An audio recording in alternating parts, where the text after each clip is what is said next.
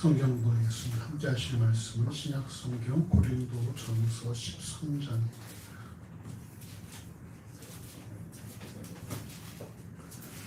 고린도전서 13장 11절과 12절 먼저 우리 함께 하시겠습니다. 신약 성경 280쪽 전으로 있습니다. 고린도전서 13장 11절과 12절 두 절 말씀 우리가 함께 합독하시겠습니다. 내가 어렸을 때에는 말하는 것이 어린아이와 같고 깨닫는 것이 어린아이와 같고 생각하는 것이 어린아이와 같다가 장성한 사람이 되어서는 어린아이의 일을 버렸노라. 우리가 이제는 거울로 보는 것 같이 희미하나 그때는 얼굴과 얼굴을 대하여 볼 것이요 이제는 내가 부분적으로 아나 그때는 주께서 나를 아신 것 같이 내가 온전히 아니라. 아멘. 한 절 더 보시겠습니다. 14장 20절입니다. 고린도전서 14장 10절 한 절 넘기셔서 20절 말씀 함께 합시다. 형제들아, 지혜는 아이가 되지 말고 악에는 어린아이가 되라. 지혜에 장성한 사람이 되라. 아멘.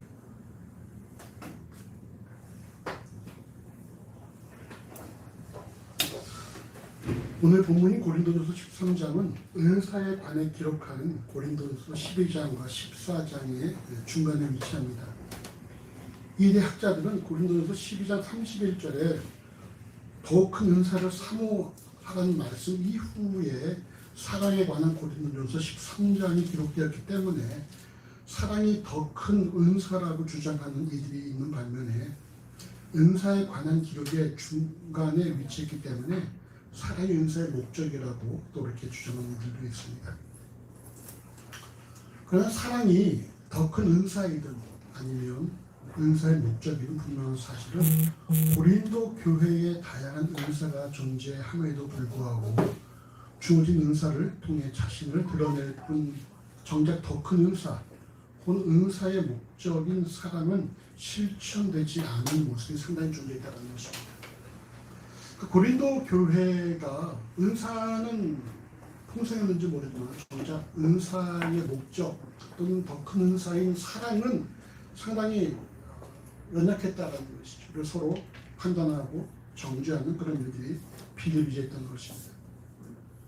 이 고린도전서 13장은 다른 은사에 비해 우월한 사랑에 관해서 말씀하다가 이제와 그때에 연결되는 온전함과 부분적인 것을 통해 성장에 관해서 언급을 하고 사랑에 관한 말씀을 마무리를 합니다. 우리 오늘 말씀을 통해서 함께 우리가 먼저 본문을 읽어보십시다. 고린도전서 13장 11절 같이 읽어보시죠.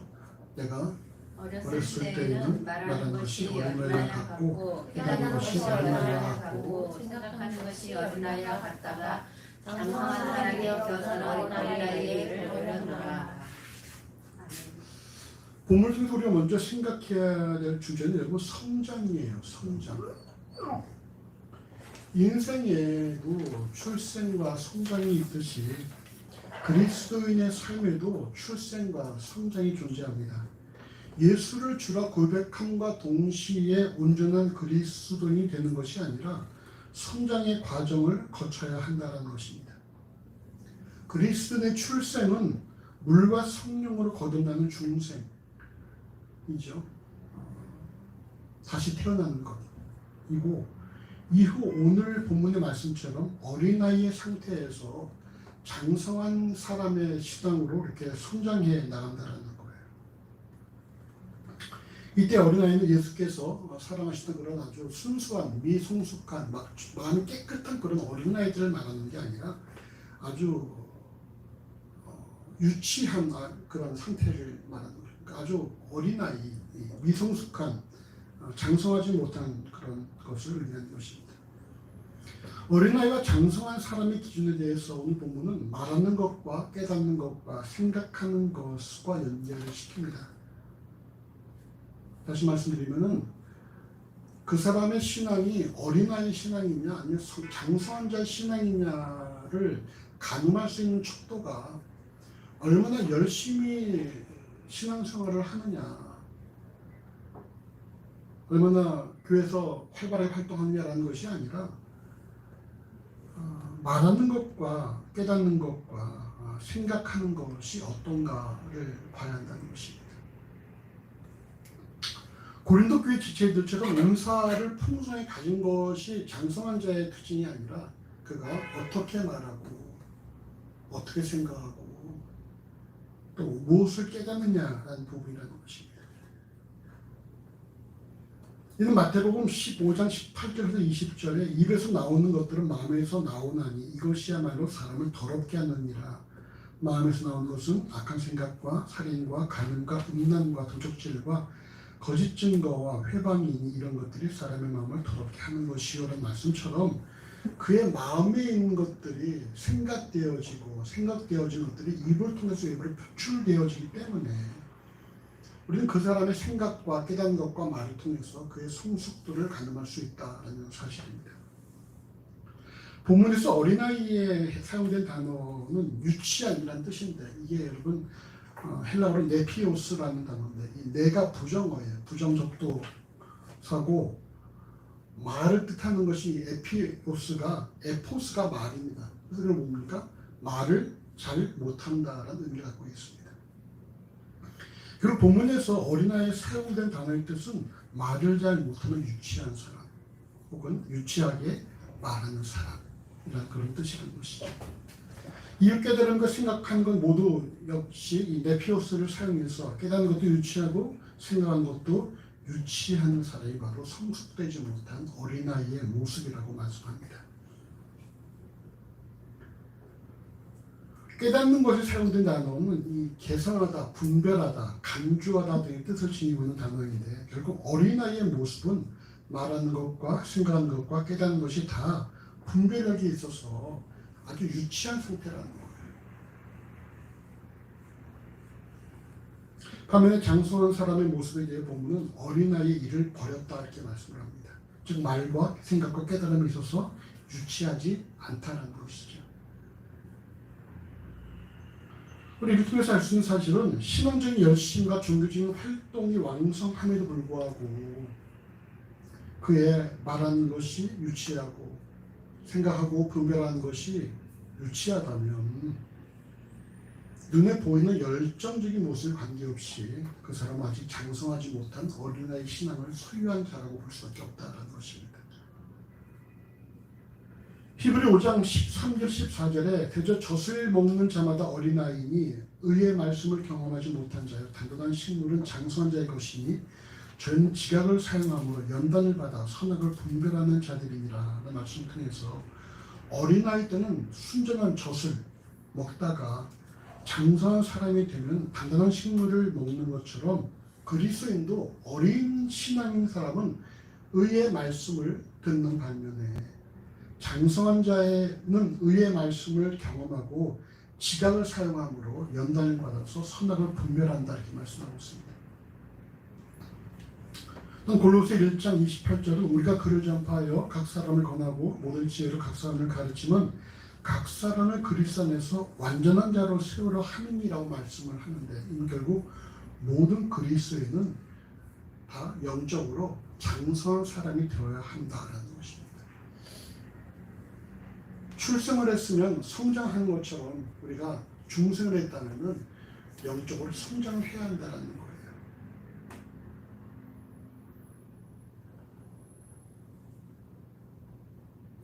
아쉬운 모습은 그런 것이죠. 교회를 몇십 년 다녔던 그런 집사, 권사, 장로들에도 불구하고 때는 목사들도 그런 사람들이 있죠. 여전히 유치한 상태에서 머물러 있는 사람들을 간혹 봅니다. 그럼 참 많이 만나면 안타까워요. 몇십 년 교회를 다녔음에도 불구하고 신앙의 성장이 없다는 것입니다. 여전히 자기중심적인 자기밖에 모르는 사람들 많이 보게 됩니다. 우리가 본문을 통해서 명심해야 될 사실은 그리스도인의 신앙에도 성장이 존재한다는 것과 성장의 척도는 보여주는 것이 아니라 그 입에서 또는 마음에서 나오는 말과 생각과 깨달음이라는 것 그리고 장성한 그리스도인은 말과 생각과 깨달음이 있어서 결국 유치하지 않다는 것입니다. 예수를 주라 고백하는 모든 그리스도인이 지금 성장의 과정에 들어섰으니 우리가 자신의 말과 생각과 분별력에 대한 점검을 통해서 모두가 다 장성한 신앙을 소유하게 되어지기를 소원합니다. 그 다음 말씀 보시죠. 13장 12절 같이 읽어보십시다. 우리가 이제는 거울 보는 것 같이 희미하나 그때는 얼굴과 얼굴을 대면하여 볼 것이요 이제는 내가 부분적으로 아나 그때는 주께서 나를 아신 것 같이 내가 온전히 알리라. 아멘. 어린아이와 장성한 자의 또 다른 척도는 그가 부분적으로 인식하느냐 부분적으로 아느냐 혹은 온전히 전체적으로 그걸 아느냐 부분입니다. 다시 말하면 어린아이의 신앙을 지닌 이들은 부분적으로 보이는 것만 보고 판단하고 결정하는 반면에 장성한 신앙을 소유하는 사람들은 전체적으로 보고 판단한다는 겁니다. 이때 안 닿는 동사 여러분 아시는 것처럼 디노스코 경험하다 단순 지식으로 하는 것이 아니라 경험하다라는 그런 의미를 갖고 있습니다. 천사로부터 수태를 예고받은 예수의 어머니 마리아가 나는 사내를 알지 못한다라고 했던 누가복음 1장 34절을 알지 못한다는 것은 사내를 본 적이 없다는 것이 아니라 사내와 경험한 적이 없다라는 의미인 것이죠. 다시 말해 어린아이의 신앙이 부분적으로 아는 반면에 장성한 신앙의 사람은 온전히 혹은 전체적으로 안다는 것은 어린아이의 신앙은 자신이 경험한 사건 외에는 알 수 없는 반면에 장성한 신앙의 사람은 하나님의 말씀을 통해서 비록 그 일을 경험하지 못했다고 할지라도 하나님의 약속을 신뢰하기 때문에 전체적으로 그걸 볼 수 있다는 거예요. 내가 경험하지 못했지만 하나님의 능력과 하나님의 약속을 신뢰하는 가운데에 그것을 경험하지 못해도 안다라는 것입니다.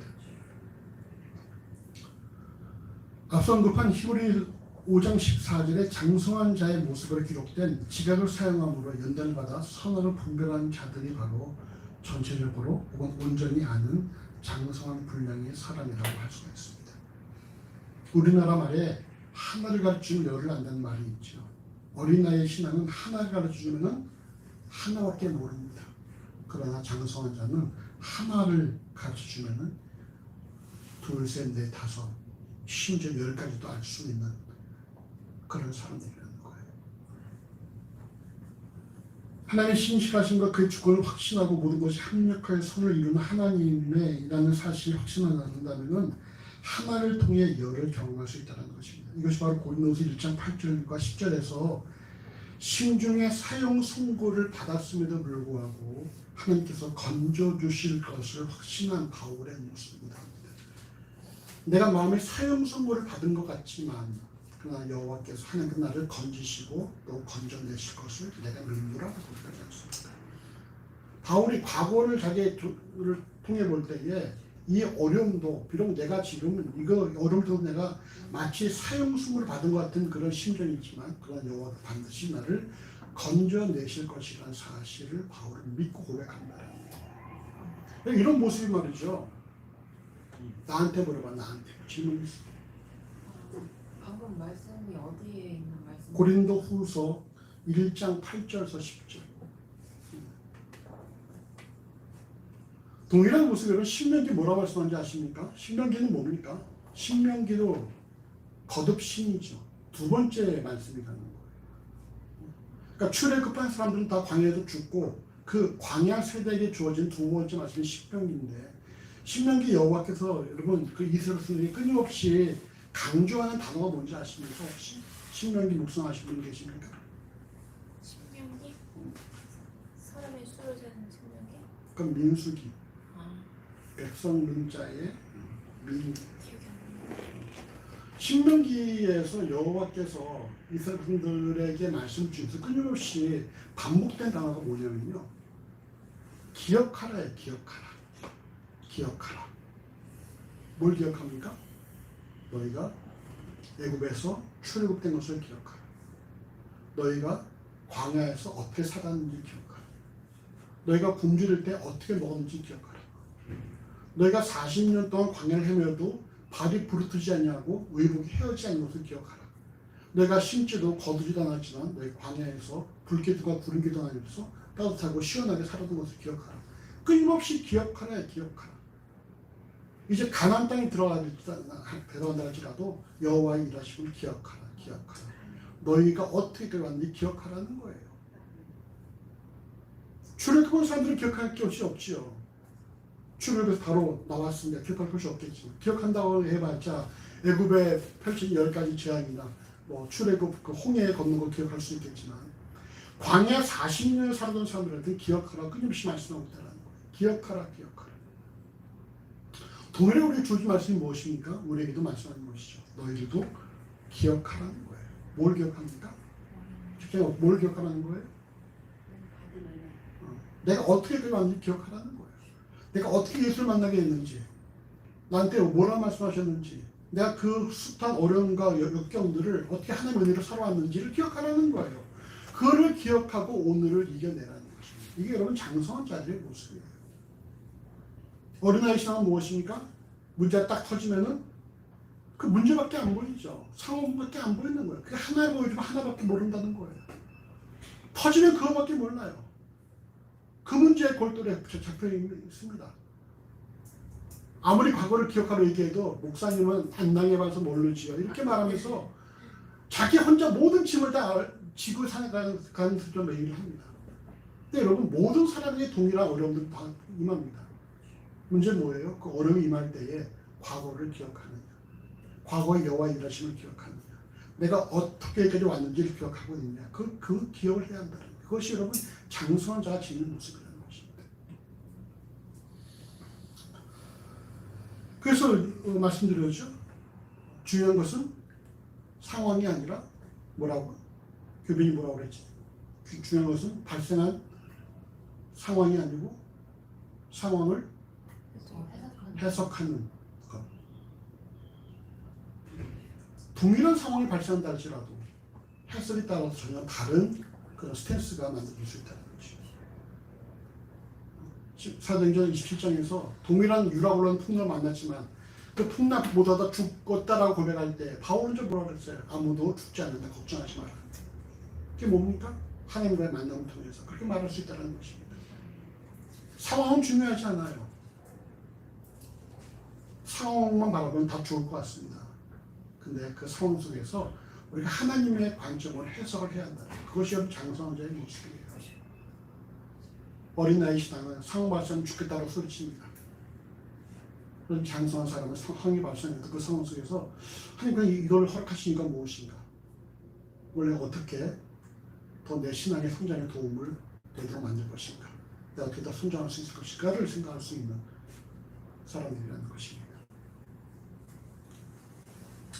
인간은 한치 앞을 내다볼 수 없는 한계를 지닌 존재이지만 장성한 신앙을 수여하는 사람들은 주 안에 존재하기 때문에 어떤 상황에서도 긍정적으로 자신의 삶을 주목할 수 있다는 것입니다. 이걸 여러분 고린도서 1장 20절 교회나 고린도서 1장 20절은 뭐라고 말씀하느냐?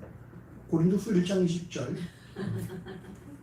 하나님의 약속은 얼마든지 그리스도 안에서 뭐가 된다? 예가 된다. 그런즉 그로 말미암아 우리가 아멘하여 하나님께 영광을 돌리게 되느니라. 하나님의 약속은 얼마든지 언제든지 어느 상황에 있든지 항상 그리스도 안에서 예라는 거예요. 예. 아멘이라는 것이죠. 어떤 상황에서도 하나님의 약속은 항상 우리에게 아멘이라는 것입니다. 상황이 중요하지 않죠. 뭐가 중요합니까? 하나님의 능력이. 여러분 제가 요즘 책을 읽고 있는 게 있는데 창세기 들어갈 때 그 말씀을 드릴 거예요. 근데 하나님이 얼마나 다른 신들과 구별된 신인지 우리가 알게 될 것입니다. 우리는 신에 대해서 잘 모르잖아요.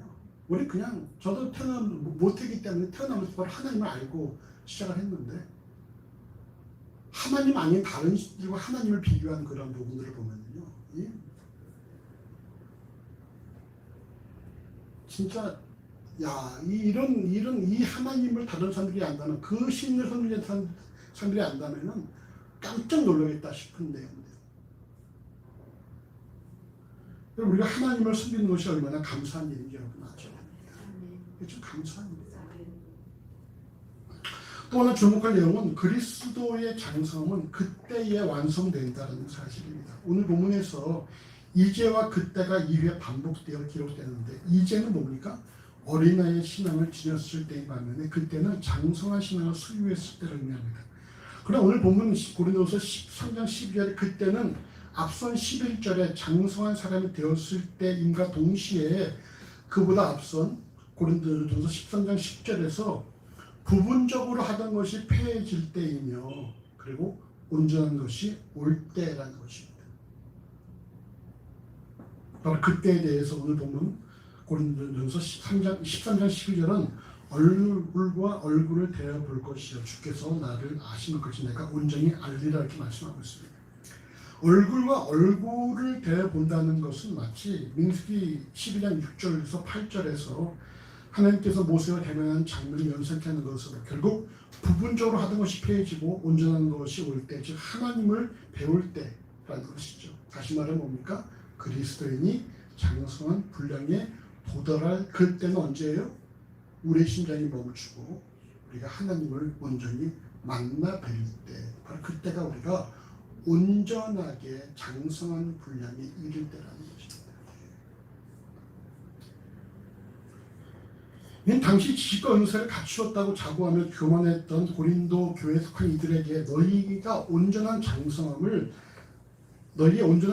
마지막에 완성된다는 사실과 함께 너희가 아직도 장성하지 못한 신앙을 지녔음을 알려주는 말씀이에요.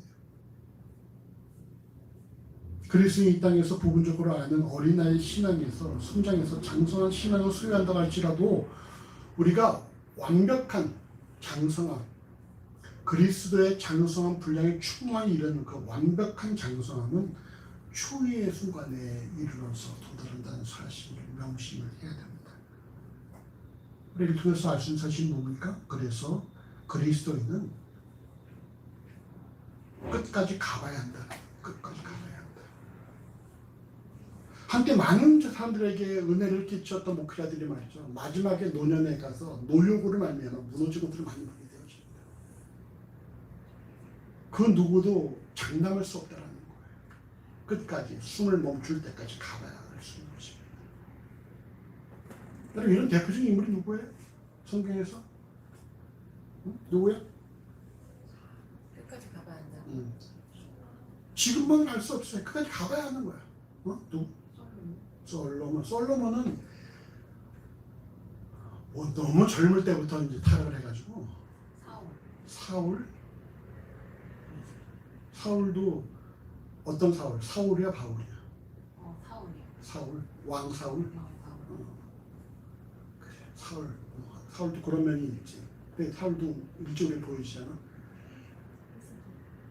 그 우수 땅의 의인이 있잖아요. 우수 땅.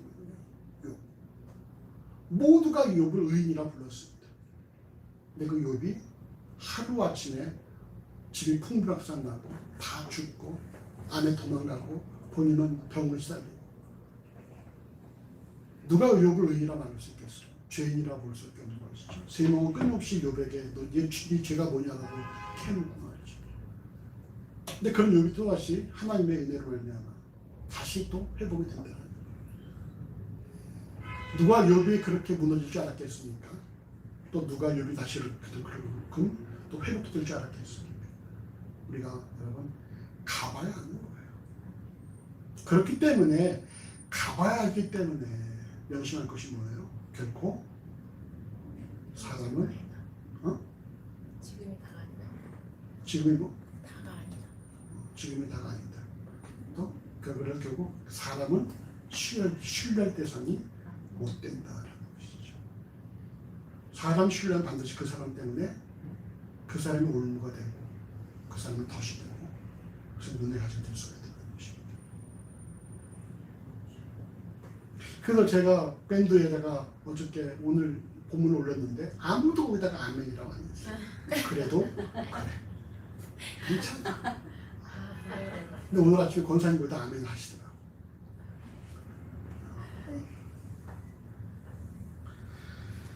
우리가 어린아이 신앙에서 벗어나서 최후의 순간까지 성장하는 그리스도인이 되시기를 소원합니다.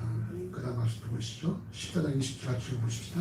형제들아, 지혜는 어린아이가 되지 말고 악에는 어린아이가 되라. 지혜는 장성한 사람이 되라. 신앙의 성수도를 엿볼 수 있는 또 다른 방법은 앞선 고린도전서 13장 11절에서 언급되었던 생각의 차이를 엿볼 수 있습니다. 본문에서 지혜에 사용된 단어 프렌은 마음, 정신, 생각 등을 지닙니다. 그런 뜻을 지니고 있어요. 고린도전서 14장 20절에 눈에 보이는 방언을 중요하게 여기고 무분별하게 사용했던 고린도 지체들에게 은사의 목적은 교회를 사랑으로 섬기고 교회 유익을 끼치는 것이니 남들이 이해할 수 없는 방언을 즐기하지 말라는 의미에서 기록되었습니다. 그러니까 막 이들이 방언을 막 하는 거예요, 교회 내에서. 근데 방언을 통변을 못하니까, 통변이 안 되니까 남들이 볼 때는 무슨 말인지 모르는 것이죠. 그러니까 그거 하지 말라는 것입니다, 방언을. 왜 남들이 들을지도 못하는 방언을 너희가 교회에서 크게 하느냐. 방언을 하면 혼자 해라, 혼자. 이렇게 말하는 거예요. 그게 지혜롭지 못한 부분이라는 것입니다. 그럼 본문에서 말씀하는 지혜는 뭡니까? 상대방을 배려하고 자신이 선호하더라도 자제하는 행위라고 할 때에, 그리고 여러분 어린아이 지혜는 뭐겠습니까? 자기중심적이고 이기적인 삶을 뜻하는 것이라는 거예요. 이걸 단순히 어린아이의 지혜라고 표현한 것만이 아니라 악한 모습이라고 기록하므로 악에는 어린아이가 되지 말라. 지혜는 아이가 되지 말고 악에는 어린아이가 되라. 그래서 이것이 악한 모습이라고 기록함으로 말미암아 그리스도도 마땅히 당연히 버려야 할 것임을 분명하게 말씀하고 있다는 것입니다. 앞서 고린도전서 13장 11절에서 장성한 자가 되어서 어린아이 유치한 말과 생각과 깨달음을 버렸다고 말씀한 것처럼 이기적인 모습과 악한 모습은 장성한 자로서 반드시 버려야 될 모습이라는 사실입니다. 지난주에 말씀드렸죠. 책망 뭐와 함께 가야 된다? 경륜. 그래요. 책망은 격려와 함께 가야 된다고 얘기했어, 지난주에. 사랑으로 책망해야 되지만 같은 얘기일 수 있어. 여러분, 책망은 여러분 뭐겠어요? 책망은 이기적인 모습입니까? 이타적인 모습입니까? 책망은 이기적인 모습이죠. 격려는 뭐예요? 이타적인 모습. 그래서 책망만 즐겨하는 사람은 뭡니까? 이기적인 사람이고 어린아이의 지혜를 갖고 있는 사람이야. 아주 유치한 지혜를 갖고 있는 사람. 자기가 아는 걸 통해서 상대방을 판단하고 정죄하는 그런 아주 유치한. 그렇지만 여러분, 격려한 사람은 누굽니까? 그 사람은 이타적인 사람이라는 거예요. 더 상대방이 잘 될 수 있도록 유도하고 요구하는.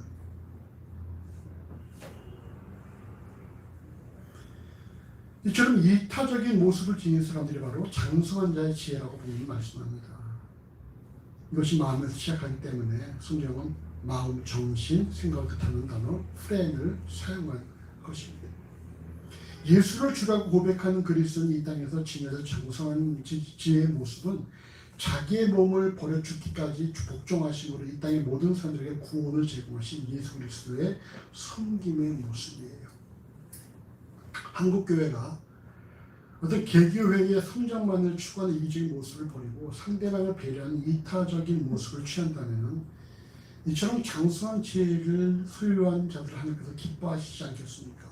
제가 기도했지만 우리가 코로나를 통해서 말이죠. 이 한국교회가 좀 깨달아야 됩니다. 하나님께서 허락하지 않으시면 아무리 화려한 예배당도 텅 빌 수밖에 없다는 사실을 알아야 한다는 거예요.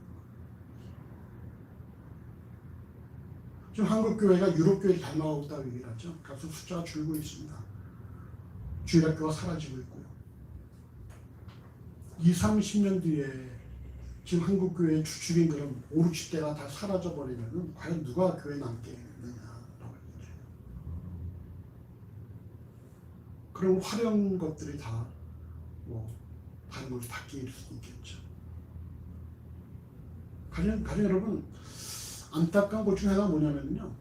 분명히 이 건물의 외형은 예배당인데 거기에 각종 간판이 걸려있는 그런 거. 어딘 보니까 종탑의 위에 만자가 딱 붙어있더라. 만 뭔지 아시죠? 이렇게 불교의 만자. 그러니까 그거를 교회가 나가고서 절이 들어왔나 봐. 남자 뭐 이런 게. 그 들어와서 거기 종탑에다가 이 불교의 마크를 여기다 딱 걸어놨더라. 참 보면서 야, 교회가 왜 필요한지, 교회가 무슨 역할을 해야 되는 것인지.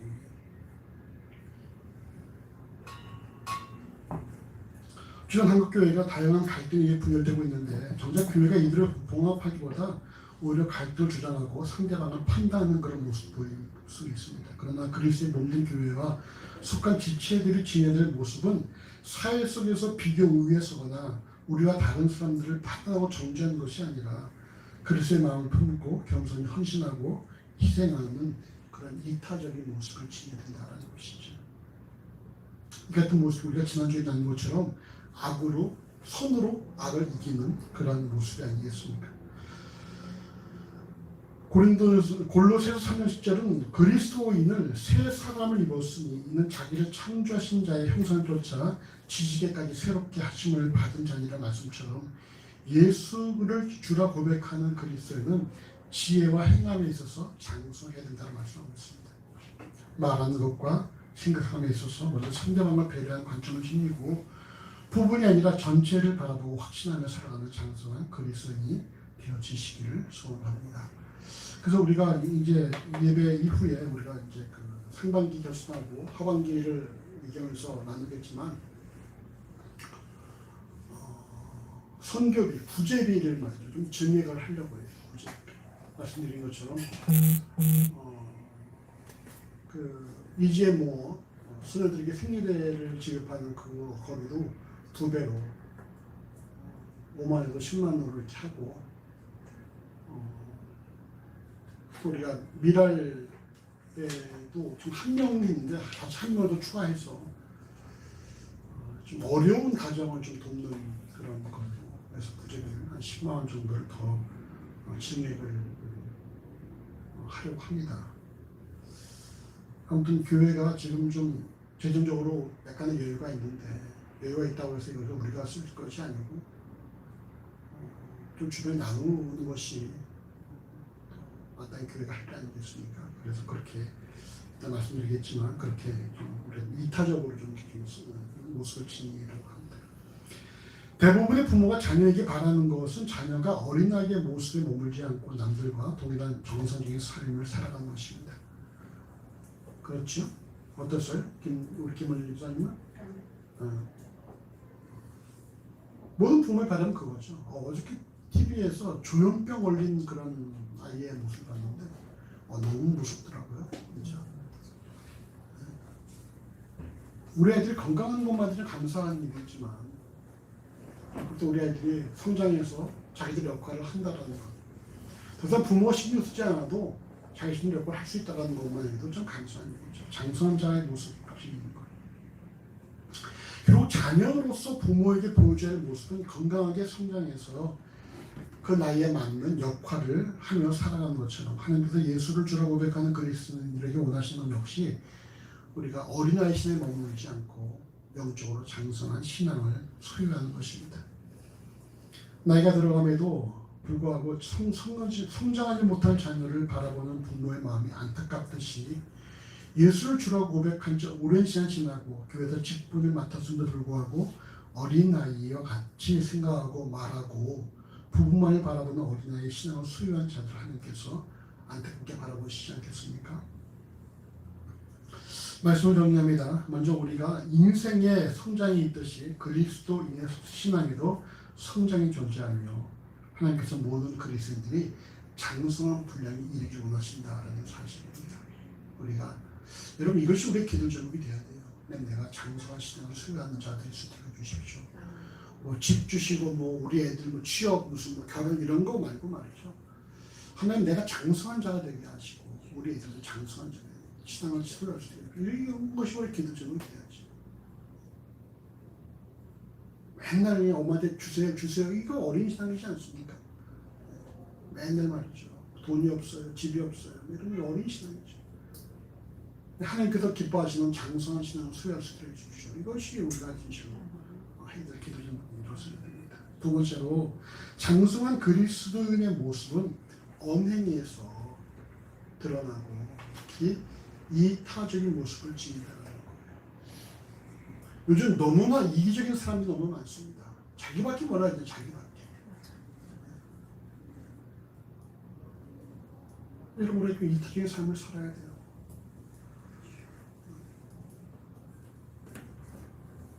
마지막으로 그리스도의 장성함, 온전한 장성함은 그때 저 최후의 순간에 완성된다는 사실입니다. 우리가 끝까지 가봐야 한다. 말씀드렸죠?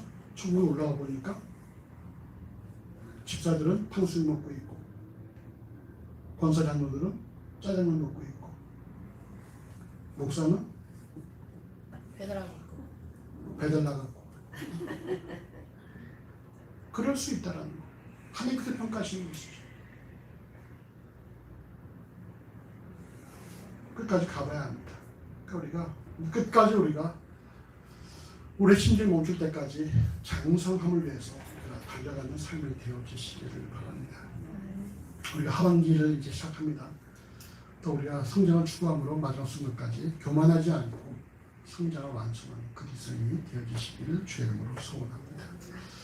주님을 감사합니다. 우리 주께서 부르셔서 그리스도인 되게 하심에 감사합니다. 우리 주께서 성령으로 중생케 하셨으면 우리의 진실로 더 장성 분량에 이르기까지 우리의 삶을 우리가 믿음을 성장할 수 있도록 인도하시기를 하는 간절히 원합니다. 그리고 무엇보다도 우리의 언행에 있어서 이타적인 삶을 살아갈 수 있도록 인도해 주시옵소서. 온통 세상이 자기밖에 모르는 자기 만족의 삶을 살고 있는데 우리가 우리 것들을 비우고 우리가 우리 이웃과 우리 주변 사람들을 위해서 우리가 경쟁 섬길 수 있는 그리스도의 심장을 품고 살아갈 수 있도록 인도하시기를 하는 간절히 원합니다. 또 우리의 온전한 장성함이 마지막 순간에 완성된다는 사실을 명심하기 위해서 우리가 결코 어떤 한 순간에 만족하거나 스스로 교만하지 않도록 만들어 주시고 우리 부르신 그날까지 우리 끊임없이 우리의 장성을 위해서 달려갈 수 있는 그런 귀한 삶을 인도하여 주시옵소서. 모든 삶을 주께 의탁합니다. 감사하며 예수 이름으로 기도합니다. 아멘.